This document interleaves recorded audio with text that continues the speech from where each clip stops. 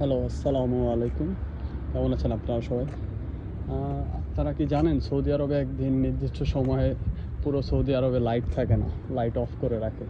সেটাকে তারা ইভেন্ট হিসেবে নেয় আর কি। সেটাকে তারা বলে আর্থ আওয়ার। একদিন 1 ঘন্টার জন্য আর কি তারা বন্ধ রাখে। অনেক ধরনের প্রতিষ্ঠানগুলো 1 ঘন্টা বন্ধ রাখে। যেমন আমি যেখানে ডিউটি করি সেখানে 8:30 থেকে 9:30 পর্যন্ত বন্ধ রেখেছিল। তাদের মতে আর্থ আওয়ারটা আসলে যদি তারা 1 ঘন্টা করে বন্ধ রাখে তাহলে তাদের যে বিদ্যুৎ শক্তি সেটা সাশ্রয়ী হবে এবং যে তাদের অনেক ধরনের কি ইউটিলিটি ফ্যাসিলিটি যে থাকে সেটা উন্নত হবে। এর জন্য তারা প্রত্যেক বছর এই উদ্যোগটা নিয়ে থাকে। আর্থ আওয়ার এটা আমার মতে সব দেশেই করা উচিত। বাংলাদেশেও যদি এমন সিস্টেম করে প্রত্যেক মাসে একদিন করা উচিত, তাও অন্তত 10 বছরে বহুত হবে, সাশ্রয়ী হবে। তো এটা উন্নত বিশ্বতে সব জায়গায় করা উচিত আমি মনে করি।